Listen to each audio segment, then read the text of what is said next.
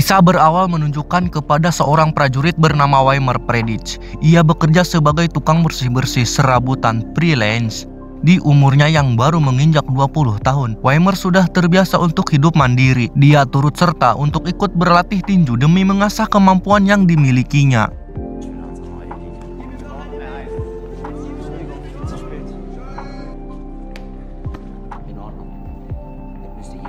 Di mana dengan bantuan seorang kerabatnya, Weimer sangat rutin beradu ketangkasan di atas ring. Karena bakatnya yang cukup bagus, dia pun begitu diandalkan oleh orang-orang.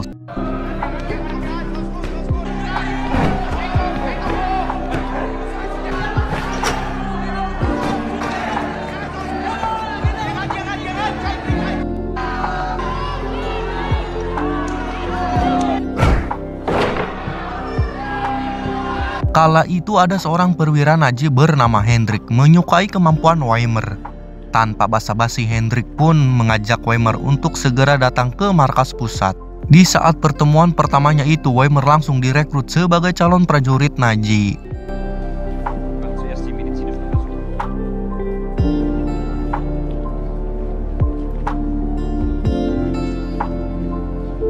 Segala tes terus dilakukan terus-menerus demi mengetahui apakah Weimer layak untuk diterima atau tidak.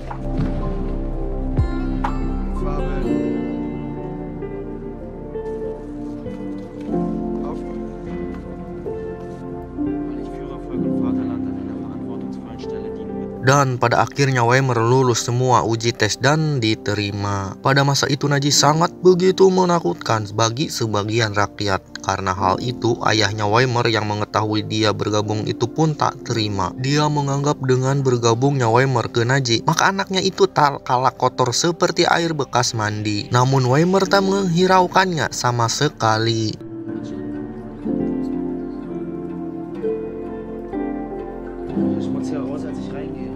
Dia pun pergi secara diam-diam, yang mana ayahnya sadar akan hal itu. Ayahnya hanya bisa pasrah dengan keteguhan Weimer untuk bergabung bersama Nazi yang dipimpin oleh Adolf Kampret, Hitler maksudnya.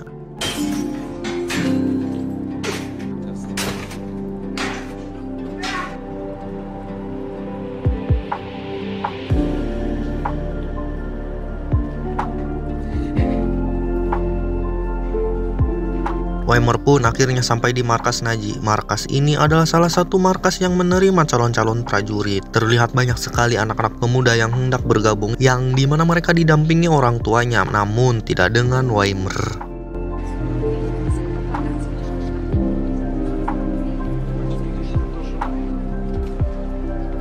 Kemudian Weimer pun disambut oleh Hendrik.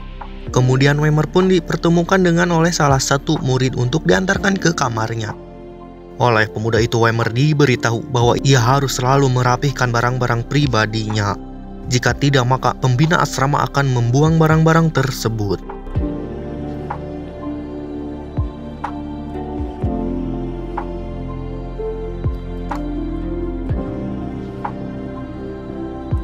Kemudian dia pun beranjak ke pertemuan pertama para murid dengan ketua markas. Di sini calon prajurit benar-benar semangat untuk menopang prinsip-prinsip Nazi.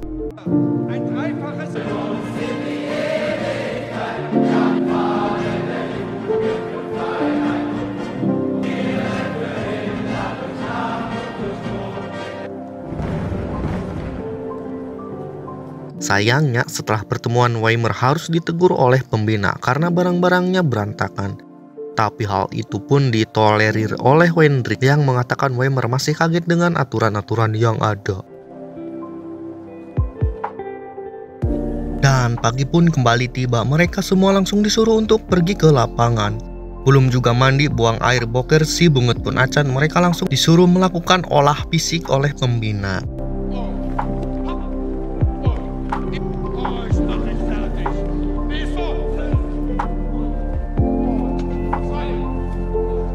Kemudian kala itu ada salah satu murid bernama Galden mendapatkan hukuman karena ketahuan ngompol di kasurnya, yang dimana hukuman tersebut adalah mengencingi kasurnya sendiri di depan umum.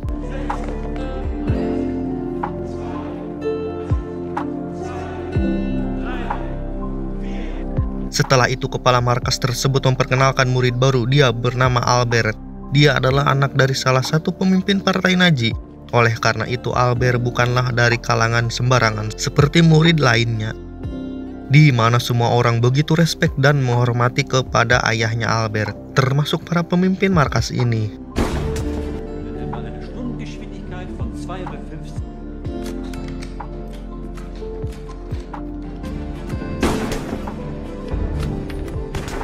Miri Sigalden masih saja dihukum seorang diri. Dia tidak mendapatkan pelajaran sedikit pun, sedangkan Weimer begitu dibanggakan dengan kemampuan tinju yang dimilikinya.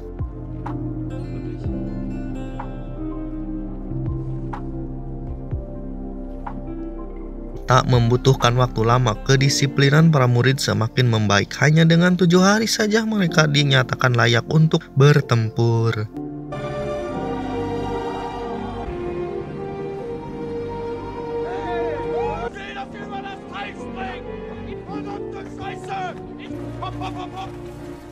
Sementara Weimer sendiri semakin mendalami kemampuan tinjunya, di mana dia setiap harinya terus berlatih sehingga kemampuannya jauh lebih mumpuni dari sebelumnya.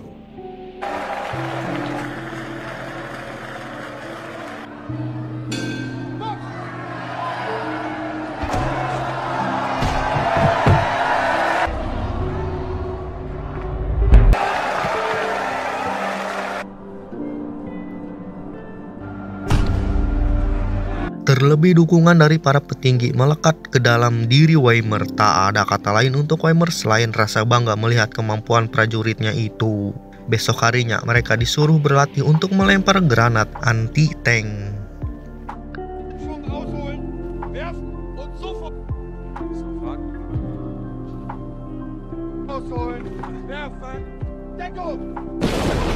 Melihat efek ledakan yang belum mereka lihat sebelumnya membuat salah satu muridnya grogi, yang akhirnya ketika memegang peledak itu tangannya gemetar dan malah menjatuhkan peledak yang sudah aktif itu. Alhasil karena hal tersebut Galden rela memasang badan untuk meredam ledakan dari granat tersebut.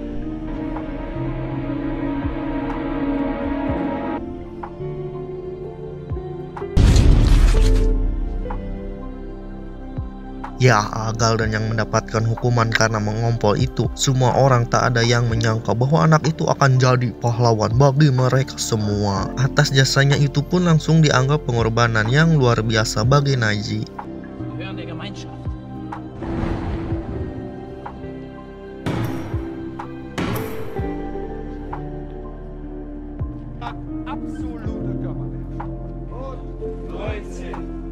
Singkat cerita, Weimer diundang Albert untuk ikut ke perayaan ulang tahun ayahnya, di mana saat itu juga terlihat jelas bahwa bukan sembarangan orang seperti yang sudah saya jelaskan tadi. Dia berasal dari keluarga yang sangat mampu, yang sangat antusiasme berdikari untuk negaranya.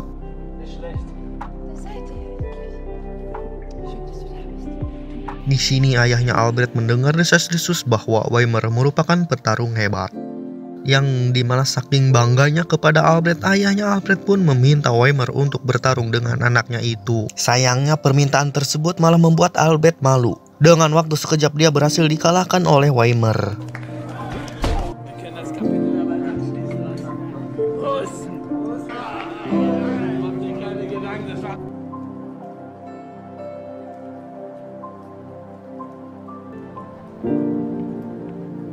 Kemudian pertemuan kedua kembali dilaksanakan. Kali ini mereka mendapatkan misi pertamanya. Terdapat kabar bahwa ada anggota musuh yang sedang menyandra para pemuda dari golongan Nazi. Perintah ini dilontarkan langsung oleh ayahnya Albert selaku pemimpin partai. Bupati kalau di kita nyamah ayah Albert ini mungkin.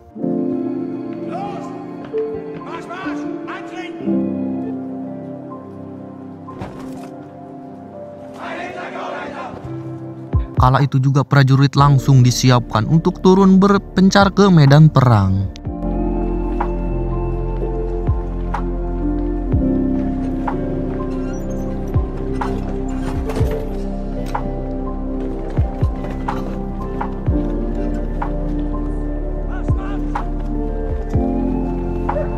Yang dimana setelah menjelajah beberapa langkah terlihatlah sebagian musuh mencoba untuk menghindar, dan karena terus-terusan mencoba untuk kabur, tembakan demi tembakan langsung dilontarkan. Namun tak ada yang mengira bahwa ternyata korban-korban itu adalah anak-anak remaja asli dari Nazi pemuda Jerman dan bukanlah musuh. Tak ada musuh di sini, bahkan anak-anak itu tak bersenjata. Tetapi ayahnya Albrecht tetap menegaskan dan mengatakan bahwa anak-anak tersebut sengaja dibuang karena tidak disiplin sebanyak 3 kali berturut-turut, yang artinya anak-anak ini tidak lulus dalam berlatih seperti Weimer dan rekan-rekannya. Mendengar hal tersebut, Albrecht pun kecewa about everything.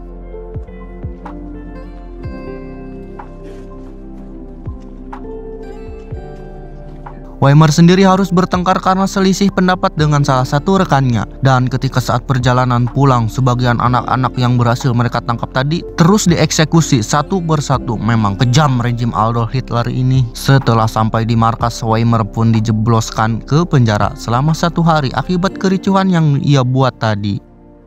Hari pun berganti, kala itu Albrecht disuruh maju untuk membaca beberapa lembar kertas. Namun bukannya membaca, Albrecht malah bersumpah mengutuk atas aksi keji yang dilakukan ayahnya sendiri. Jelas atas tindakannya tersebut, Albrecht langsung dibawa pergi dari kelas saat itu juga. Di mana Weimer yang baru dibebaskan pun langsung mendengar kabar buruk yang menimpa Albrecht. Sebagai bentuk hukumannya, sang ayah menugaskan Albrecht untuk berada di garda terdepan saat menjamu musuh pertempuran yang akan dilaksanakan esok hari. Dari sinilah Weimer langsung kecewa berat kepada Albrecht. Weimer menganggap Albrecht egois dan bodoh karena telah melakukan hal konyol ketika di kelas pada saat itu.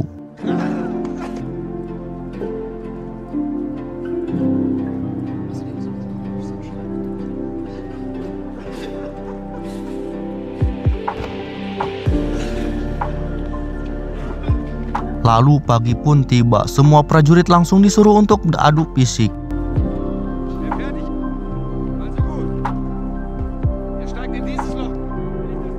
Para prajurit itu dibawa ke tempat paling dingin. Mereka disuruh untuk melewati satu lubang ke lubang lainnya dengan cara berenang di bawah kolam es.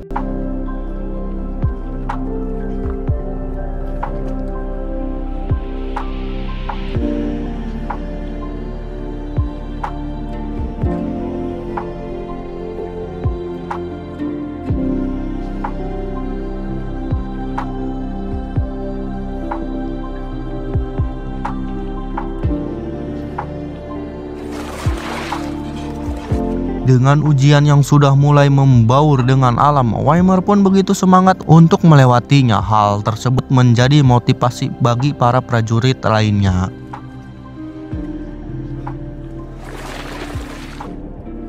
Namun ketika giliran Albrecht, satu kejanggalan pun mulai ditemukan. Dia tidak juga muncul dari lubang keluar, di mana Weimer sendiri langsung panik.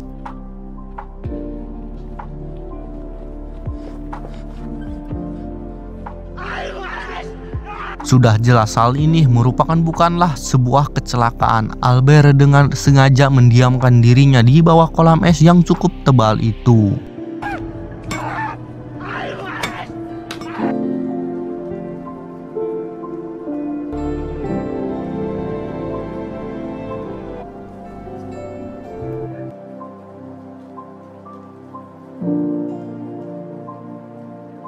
Atas kejadian tersebut, orang tua Albrecht sangat terpukul mendengar kabar tentang anaknya itu. Begitu juga dengan perasaan Weimer yang baru mengenalnya beberapa pekan. Mirisnya, ketua markas tidak setuju untuk mengenang jasa Albrecht layaknya seperti Galden. Di mana di mata Nazi, Albrecht dipandang payah karena sudah menyerah sebelum berperang. Emang iya juga sih.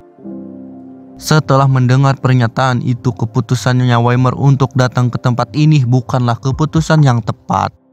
Ia meluapkan semua emosinya kepada lawan tinjunya, di mana ketika dia puas meluapkan seluruh unek-unek dalam hatinya, dia pun terdiam membiarkan lawannya membalas serangannya tanpa perlawanan sedikit pun dari Weimer. Melihat hal tersebut, semua para petinggi merasa kecewa. Akhirnya mereka mengetahui bahwa Weimer tidak menginginkan lagi tinggal di sini sebagai prajurit, yang sampai pada akhirnya setelah mengabdi beberapa waktu, Weimer pun diusir dari markas. Dan di akhir film, dengan penuh penyesalan, Weimer pun kembali kepada kedua orang tuanya. dan dia pun kembali bekerja sebagai office boy freelance seperti sedia kala. Sedikit pesan dari film ini, yaitu jangan melawan kepada orang tua. Jika orang tua tidak setuju, ya jangan memaksakan. Oke, nuhun wassalam, subrek.